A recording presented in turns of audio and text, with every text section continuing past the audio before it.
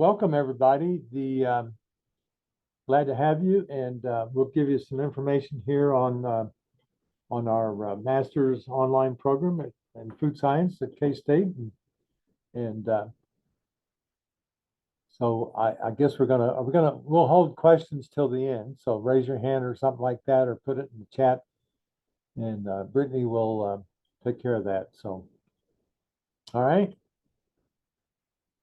Okay, we're food science. We're affiliated with the Food Science Institute and the College of Agriculture, but we are an interdisciplinary program. So we go across different areas in campus. These are some of our students and some faculty. On the left here is we won third place in product development competition last year at the Institute of Food Technologists meeting. And we were very fortunate to have Willie the Wildcat there with us. So he comes with us every year. We have a booth. So if you're ever at an IFT meeting, drop by and see us. This is, as I said before, this is an interdisciplinary, some people call it interdepartmental program. Means about the same. We also facilitate the Institute of the undergraduate food science degree program. And right now, the food science program, the degree programs in the graduate level are spaced across 4 or 5 colleges and 9 different departments. So we do have a little bit of diversity on campus. We have about 50 faculty members from different departments. And we were founded in 1965. That's 55 years ago. Most of you are not that old yet. And by the way, there is on campus, he's emeritus retired professor, one of the founding fathers that did this back in 1965. And he's still pretty active. He teaches a couple of online courses. So it's pretty fascinating. Anyway, I got to get him on tape or something to record him, not on tape, record him, and before he passes away. He's in his mid 80s. So anyway, I don't know if I need to tell you why you need what good a food science MS degree would be, but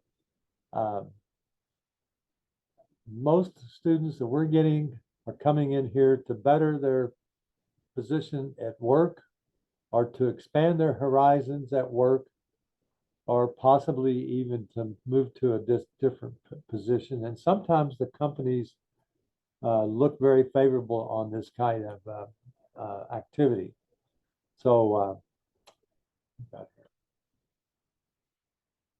the career opportunities across food science, food systems is just astronomical. People ask me what I do, and I say I do food science, and they're like, what is that? And I tell them about all the opportunities. People think of food science as you go in the grocery store or you go in a restaurant, but there's a whole variety of supporting companies behind what you might see in a grocery store or what you might see in a restaurant or at a food service type operation. Probably over half the industry is sort of hidden from consumers because you just never see them, but they do all kinds of stuff. They supply, for example, potato chips. We're familiar with Lay's potato chips and some of the major brands, but there's all kinds of store brands and cheaper brands, sometimes better quality brands. These are all made by co-packers, independent companies that they co-pack. I have a student, he just moved to a different position, but he worked at a potato chip company. They make potato chips down in Florida. That's all they do. And they make potato chips for just about anything you can think about. And so what they do, they got the specs, they make the chips, they bag them up, well, depending on what they need. When they come out of the fryer, then they go in a tumbling bin. They might add the spices or something like that to it. and then put them in the bags that are just for that company name. And also, surprisingly, pet foods. A lot of the pet foods, most of them are not made by the company that's on the label. There's co-packers that make that. Now, I had another student that worked for a company that they co-packed probably, I don't know, 500, maybe 600 different brands of pet food. And I know for sure Hills makes their own, but I'm not sure about some of the other ones. Most of them don't. And then there's ingredient technology companies, and we have several of those in Kansas City area. We have several students with some online and some on on campus, both masters, bachelors, and PhDs that work with for several companies in the Kansas City area, and they are ingredient technology companies. They sell the ingredients to the companies that are going to make the products. So it's a huge variety there. Now, mostly we deal with technology type sciences here, but there's also opportunities in marketing, food and nutrition, the nutritional aspect of it. Of course, health and safety now is a big deal, and things of that sort. So if you're not familiar, we can talk some more. By the way, my student that worked at the potato chip company, he moved to Kimberly Clark. Get this. He's got a food science PhD. He's working at Kimberly Clark. And that they make paper products and diapers and stuff like that. So he's using his food technology that he'd used for flavors of foods for flavors of diapers. So, okay. Employment's very good. This is the latest IFT employment and salary survey. They do these about every 2 years. This is the last one we got. We got it last year, and shows the median total compensation by the educational level. The bachelor's degree is way up. We're not talking about that here. It went up sharply the last couple of years. I'm not sure why it's so high. 95,000 is a lot. But that's not a starting salary either. These are some of these people have been in the market in the industry for quite some years, and a lot of you have been in the industry quite some years, so you might be in this higher level there. But that's the median. The master's degree is more, and the PhD's even more. The master's degree, what we're seeing is people that come into our program, they have a bachelor's degree, and sometimes it's not in food science, it's in a science area, but they want more information, education on the actual science aspects of it, and that's what we provide. And quite often they will maybe move on to another position at a different company. I have a student that's online master's student, and I asked her, why do you want the degree? She had a bachelor's degree in food science. Works for a pretty good sized company. And she said, well, I've been working here for 6 years, and along comes this person that's only got 3 years of experience, but they got a master's degree and I have a bachelor's, and they came in and they're over me. So it's also trying to be part of the pecking order. So, and so anyway, that's and the salaries, starting salaries are very good too, and of course, master's degree usually do better. Excuse me. If you're interested to see where some of our students might be, I'm not going to do this here on this webinar, but you can click on the link here, and that will open up the different locations throughout the world of where our people are stationed, what kind of positions they're involved in. So it's pretty neat illustration.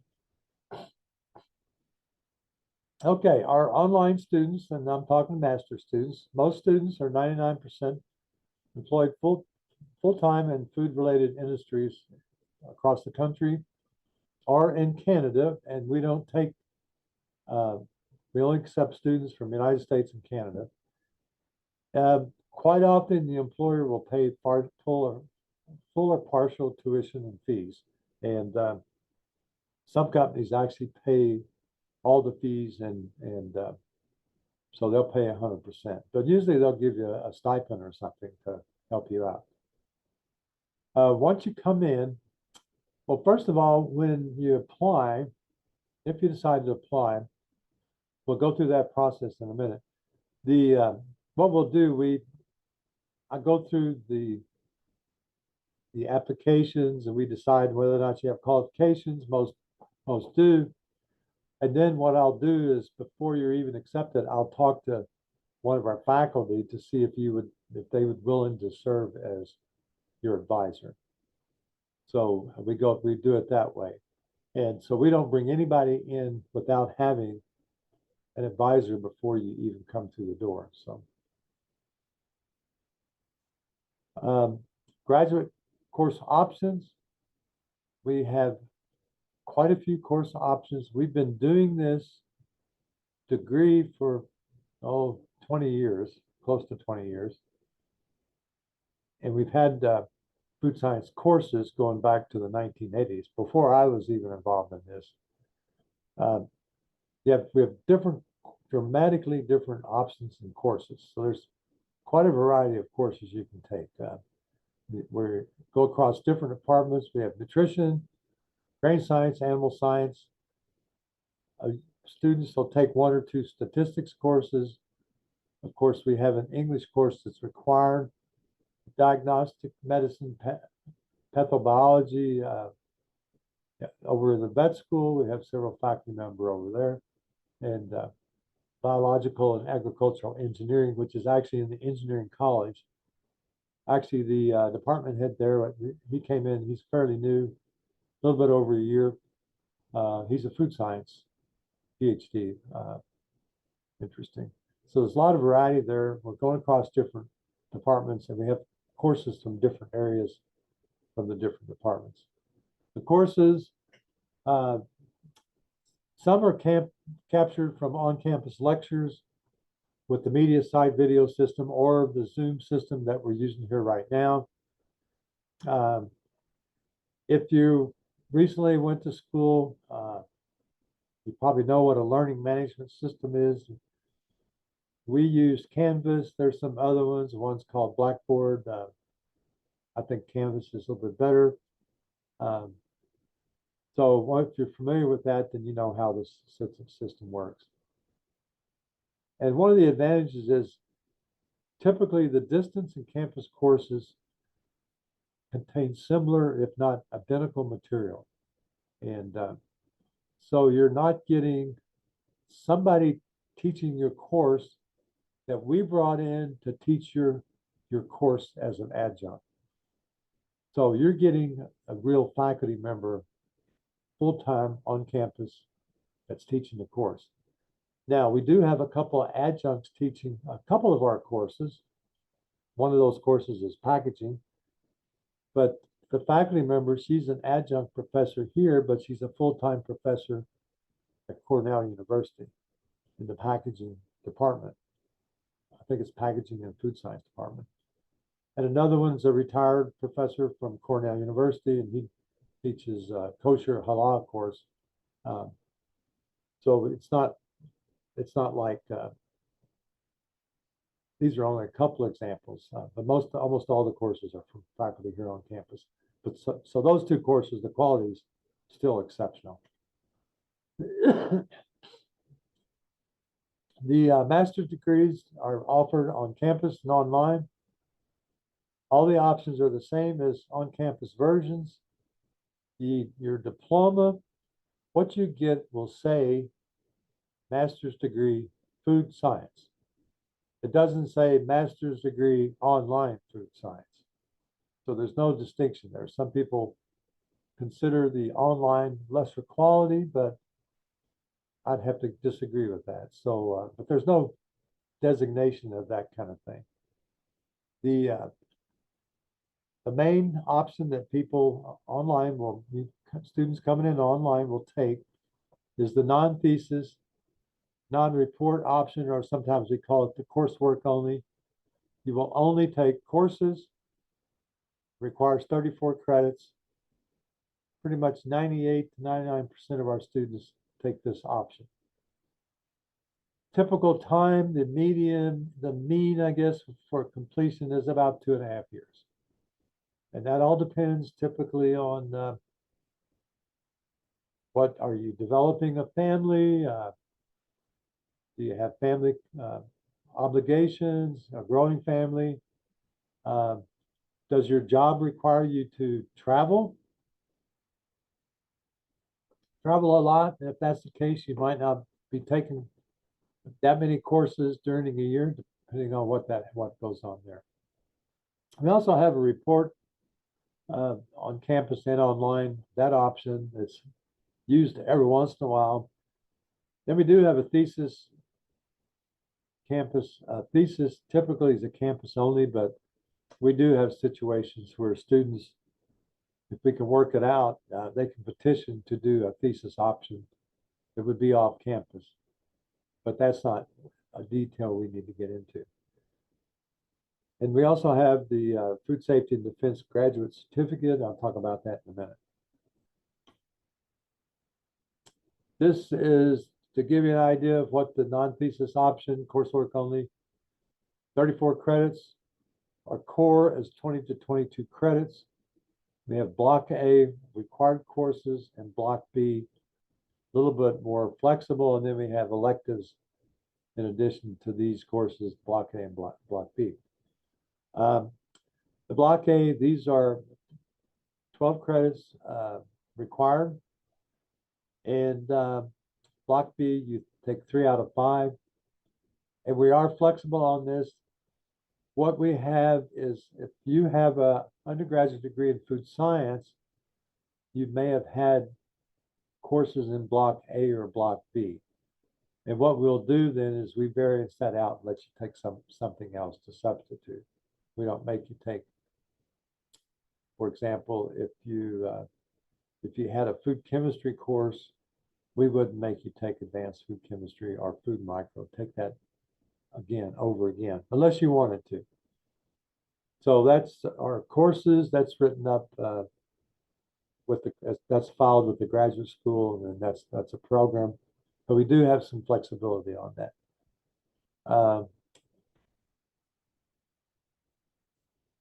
The impacts and success of our program, we launched the program in fall of 22. And since then, we graduated about 350 online students. Typically we will have 10 to 15 defend per semester that will take their oral exam and finish. And we have 3 or 4 in the summertime. So we also do that in the summer. Right now we have 90 students in the online version, online part of our programs as of spring 2024. An overwhelming majority of the graduates in our program are employed in the food industry. We also have a food safety and security graduate certificate. If you're interested, that's something you can take. It's 12 credits. It's a cooperative agreement with several universities, Iowa State, University of Nebraska, and University of Missouri. And so they'll teach some of the courses. You can take them from there or from here, but it all shows up.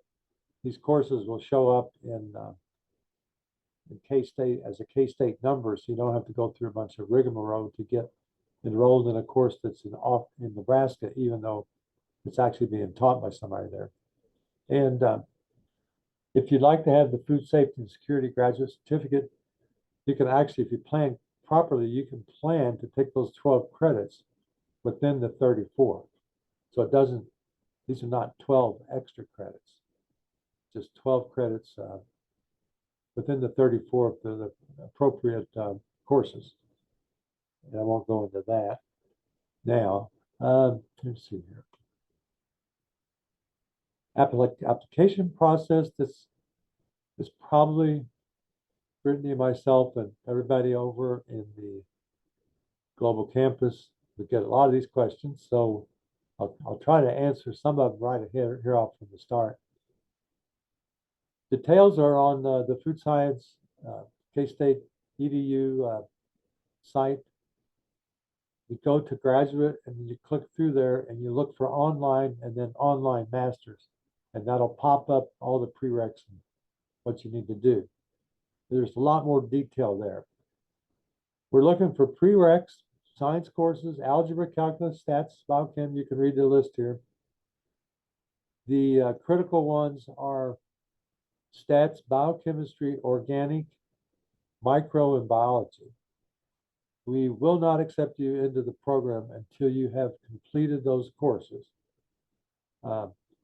Quite often, I will waive calculus and physics, and almost everybody has algebra, so that's not an issue. And what I've been doing is right now, I have 2 students that want to come in the fall, and they're missing general microbiology. So I have them taking that at a community college that has an online micro course this summer. And if we come to that kind of situation, I'll provide you with information on what to do there. We must have the next item down, you got to have a minimum GPA of 3.0 the last 2 years of your undergraduate degree. If it's lower a little bit, you can be admitted on probation, but if it's way too low, then that's going to be an issue. And then we need transcripts of college work, not official, just student transcripts, 3 letters of recommendation, and a brief statement of objectives. And we do not require the GRE at this time. We did away with that when COVID hit because people couldn't get to the testing centers. Now you can, everything's online, but we haven't decided to bring it back, and I don't think we will. So, but if you applied today for fall and we brought it back, you wouldn't be eligible for that either. One other thing we did require, and we took that off because of COVID, but we're probably going to bring it back. We have to have a discussion about this. Is for the final oral defense, you give a seminar. This is getting way ahead of ourselves, but you should know this. Before COVID, we wanted people to come to campus and present the seminar in person, and you'd have an audience and all that kind of stuff. Well, obviously, COVID just totally changed everything on campus here, on our program, and everything else. So now it's an option. And so we're looking at, should we bring that back? So just 2 days ago, I had a student from Boston that she came in to do her defense, and I got one in 2 weeks that's going to do her defense here. They just want the K-State experience and get to meet people and everything. If you do show up and you're one of my advisees, I will take you out for supper. The least I can do. And okay, what else do we got here? I think that's about it.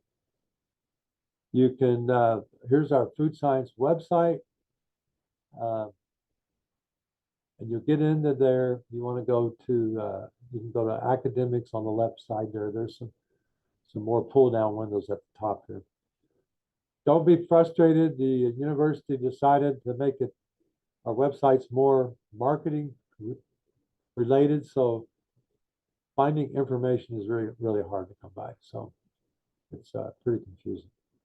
So if you get sent to the graduate school and you click on something here, then go back. We do have the information on our website. They don't deal with little specific details like each program at the university. And what have we got here? Do let us know if you want to be, you need some more information, set up a time to talk with us. We do Zoom call. Brittany and her shop, they've got, I think, 10 advisors, 8 or 10, I think. And but you can also contact, here's your main contacts. Nicole Marple is a program assistant, and she handles a lot of questions, deals with some of the administrative details on our program.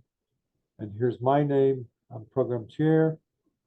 And the global campus, they have lots of representatives. And I think the best way is to go to their email them, and you'll get whoever's available. So I think that's the way it goes.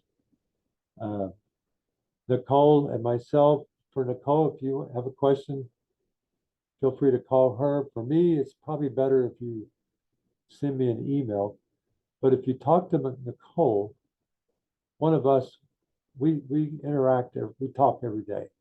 I mean, she's right around the corner, so we know what's going on. So if you have a question and she doesn't know how to answer it, I can take care of it.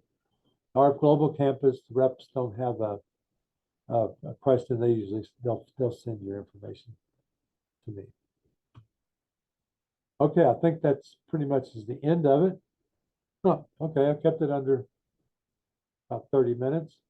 And are we going to entertain questions? Yeah, so if anyone has any questions, feel free to put that in the Q&A box and we will go over those together. I'll give everyone a second to do that.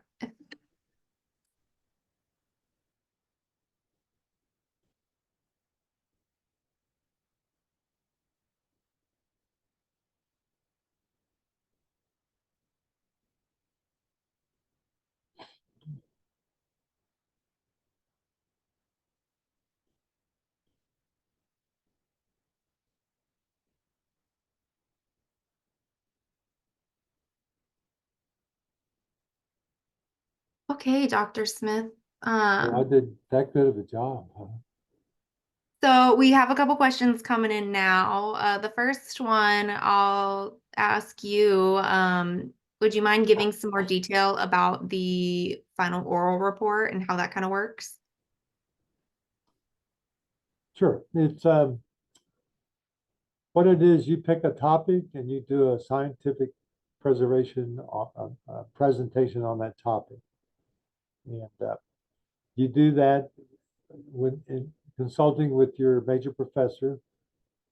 And then you'll have two committee members. And then what you do is you provide that presentation in a PowerPoint, usually either by Zoom or in person. Well, it's all pretty much everything's Zoom now. Coexist in person and Zoom. So for example, the student 2 days ago that I had coming in from out of town was interested in pesticide and mycotoxin residues monitoring. So she did a talk on glyphosate, phosphate, not toxicology, but retention in various foods, present in foods and cooking, what that does to it. If you don't know what that is, we're talking about Roundup. The old Monsanto Roundup, that's a trade name. So she gave a talk on that and some of the foods that it's used on and what levels show up in different foods and what happens to it when it's cooked. And and then I got one coming up in a couple of weeks that's going to talk about substitutions for wheat and gluten-free products, food products. So she's looking at going to talk about different types of other macromolecules that provide the same type of texture and everything that you would get with the regular typical wheat noodles or something like that, or bread. So I hope that answers your question.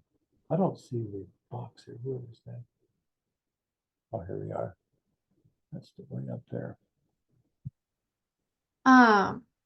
I think that's helpful. I know a number of people had questions about that oral report. Could you explain a little bit more about the classes? Are they synchronous? Are they asynchronous? Are there labs? Is it just lecture? How does that work? Oh, good, very good questions. First of all, almost all our classes are asynchronous, and that is a drawing uh, property for Kansas State University because some places have synchronous classes. So if it's typically a course that might have a lab, they they may have like a dry lab type situation, or sometimes it'll be just a demonstration.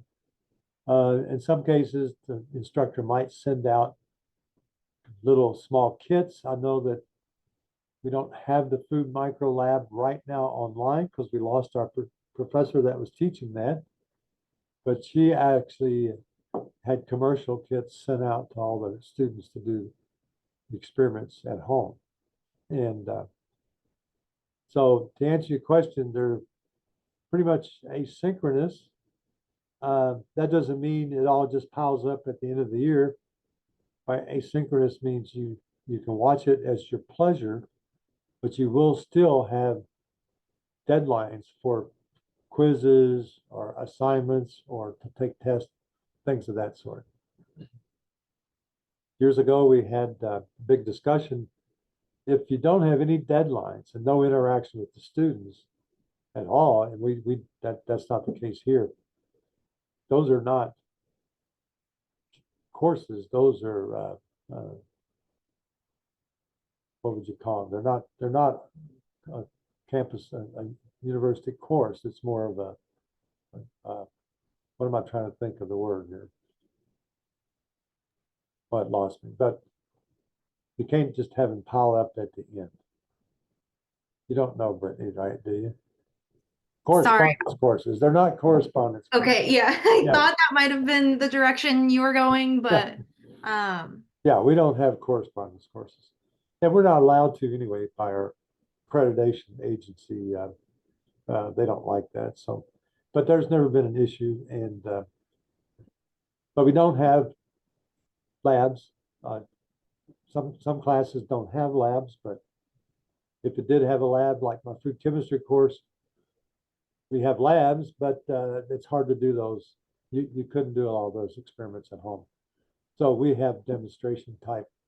We provide the data, you look at it, you interpret it, and file a brief report. So awesome. We have a question in the chat. A person has a BS in chemistry and an MS in microbiology, but they never took statistics, so they're not sure what they should do. well, I can give you a course that you could take undergraduate level statistics. Or in your case, we might even say, okay, we'll admit you provisional, which means you're deficient, and you have to take maybe 2 stat courses because most food science majors take at least 1 stat course and as an undergrad, and then we require 1 graduate level. So there's ways to get around that. So that's not too bad. Wow, MS in micro and a BS in chemistry. That's pretty impressive. We have another question from someone asking if undergraduate biology would be an acceptable substitute for microbiology. I'm not sure I understand that question. If it's just a biology course, no. A degree in biology, normally you would have a microbiology course. And maybe if you don't have something the that, micro course, you have to have that. yeah, maybe something that would be helpful to let everyone know, or just reiterate that Dr. Smith, multiple times a week, I think I send people his way who would like for him to look over their transcripts and let them know if they meet those prerequisite requirements, because kind of like you said, different schools have slightly different requirements for degrees. And so someone might have almost all of the prereqs, and they're just missing one, but they have their degree in food science, that sort of thing. So Well, correct I'll me if tell you I'm another wrong. thing too. If we, if you have a degree in food science as an undergraduate student, we accept that as meeting all the prereqs. Because if it's a certified, IFT certified undergraduate program, you should have all the prereqs. So we're not going to nitpick on that, but no, you're okay. So we're not going to worry about that. And I almost always waive physics and calculus. I've tried to get my faculty to take it off the list, but they're real reluctant. But folks, you don't need calculus to take food science. I took one semester of calculus.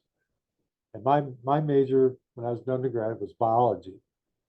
And I took statistics, and I needed that was handy.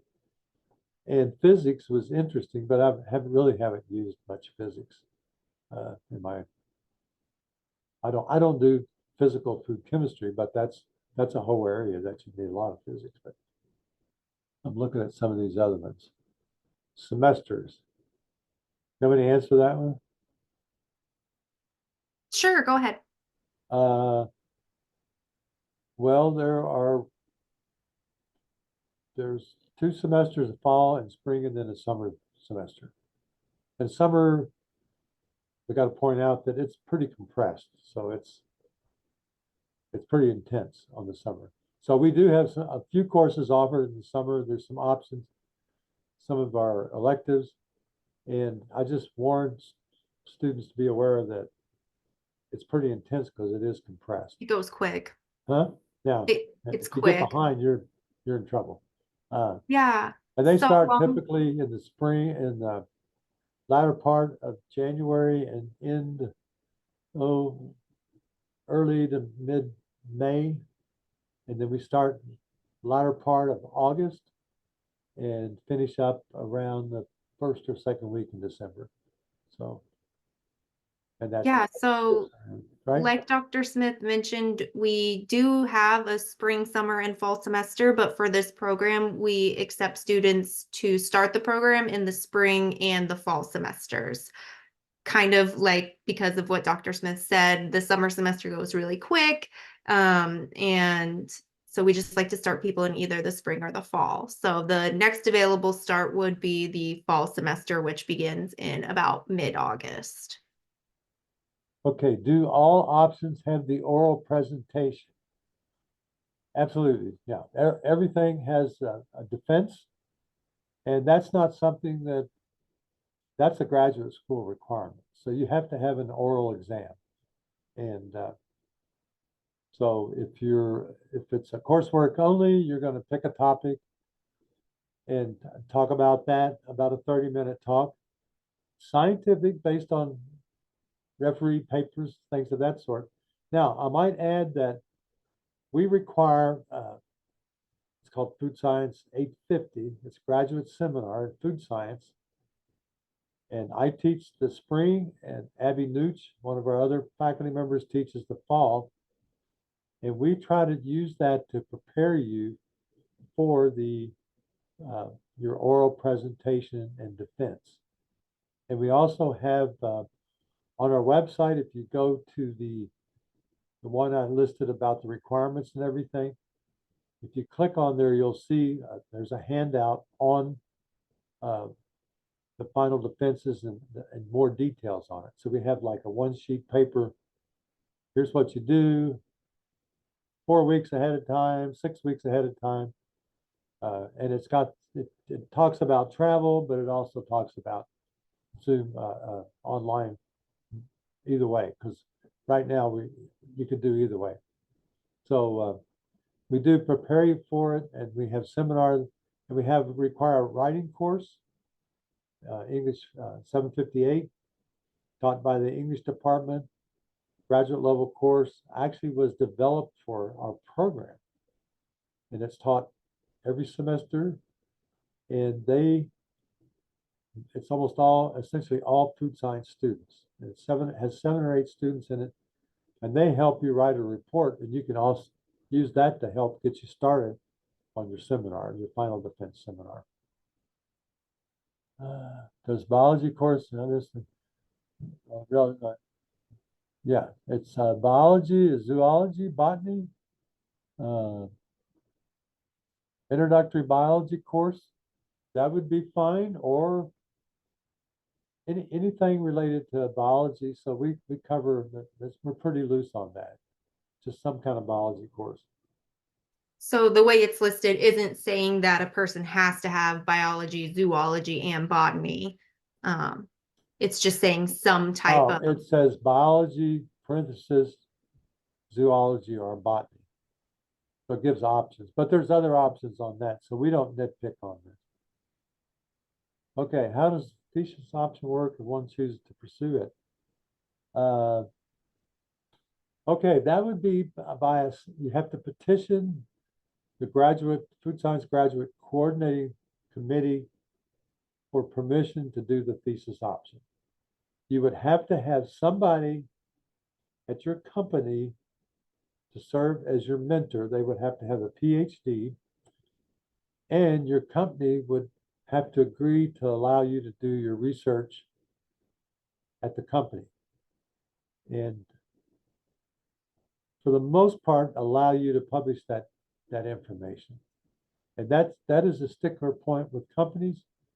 As those of you in the industry know, there's proprietary information. So we do have this that happens. It's not very often.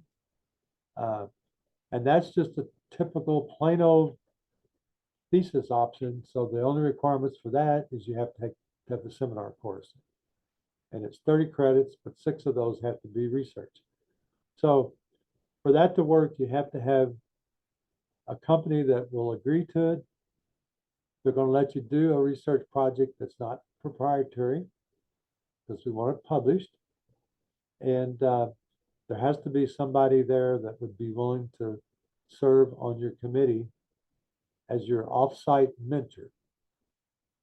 And I have further instructions on that on the website too. I've had several students do that. The last one I had worked at Ocean Spray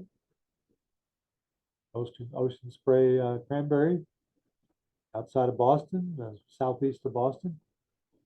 And she did a project on anthocyanins, that's the red color in cranberries, and the stability of those in various types of gummy bear type treats and things of that sort. And her mentor was a woman, her supervisor had a PhD and had been out about 4 or 5 years, and she had a PhD from UMass.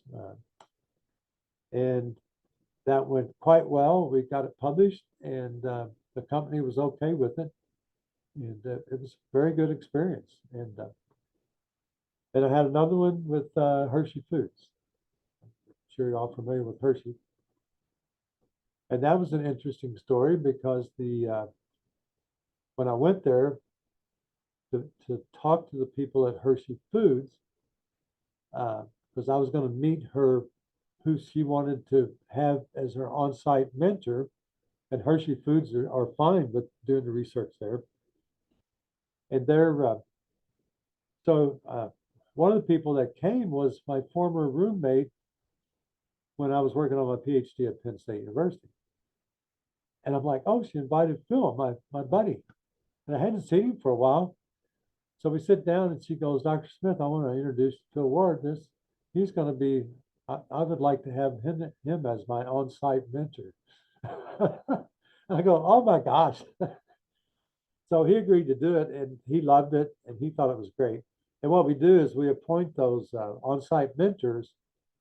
The grad school, the dean will allow one-time appointment as like an honorary faculty member, so they can serve on the committee and vote and everything. And we expect them for the defense. For a thesis, you would have to show up here on campus for sure. And we want the mentors to show up also. And, but yeah, they'd be a regular part of the committee and everything, just like their faculty member on campus.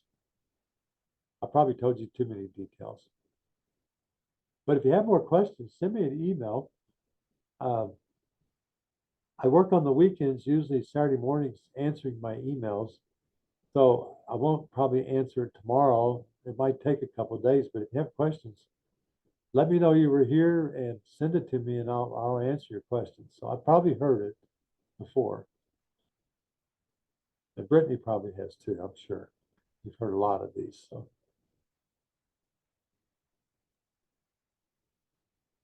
Yeah, well, it looks like that's the end of our questions that we have right now. I'll give Okay. everyone a moment. If you have any other last minute questions that you want to throw in the Q&A box, we'd be happy to answer those. But if you have questions that come up after tonight, you can feel free to reach out to either K-State Online or Dr. Smith. Dr. Smith, if on your PowerPoint, do you want to go up one slide? I think that's the slide that has the emails on it. So Yeah. reach out to K-State Online, Dr. Smith, or also Nicole Marble, and any of us would be happy to assist with those questions. Not all of us work on Saturday mornings, but how do we get a fee waiver for attending this Zoom? yes. Talk to Brittany on that.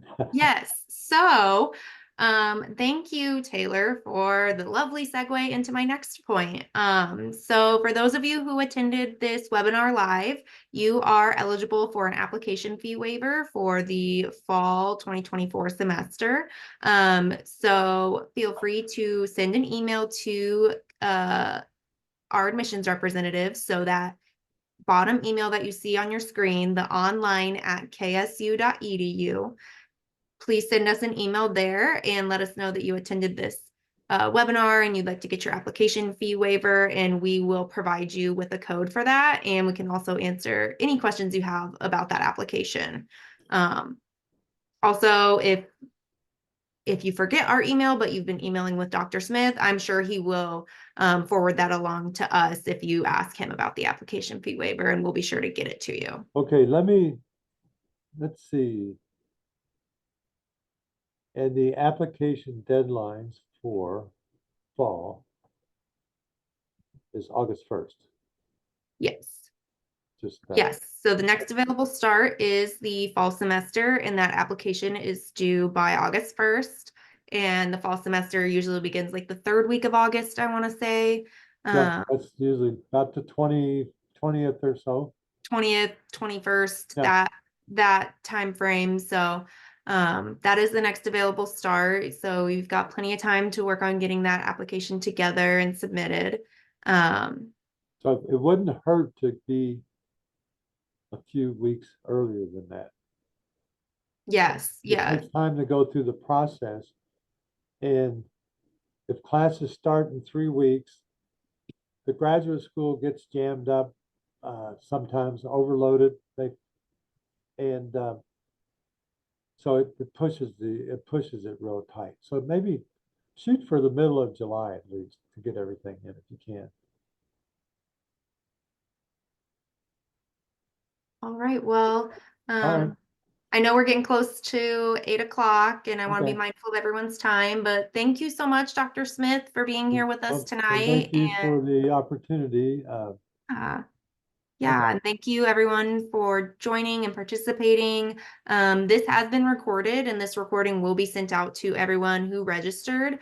So if you have some questions that were answered that you want to watch back, you'll be able to do so. We will get that recording sent to you hopefully within about the next week or so. And like we said, if you have questions, feel free to reach out to us. Okay, good questions. Thank you. All righty. Have a good rest of your evening. We play tomorrow. 3 o'clock. Have a good evening. Bye, folks.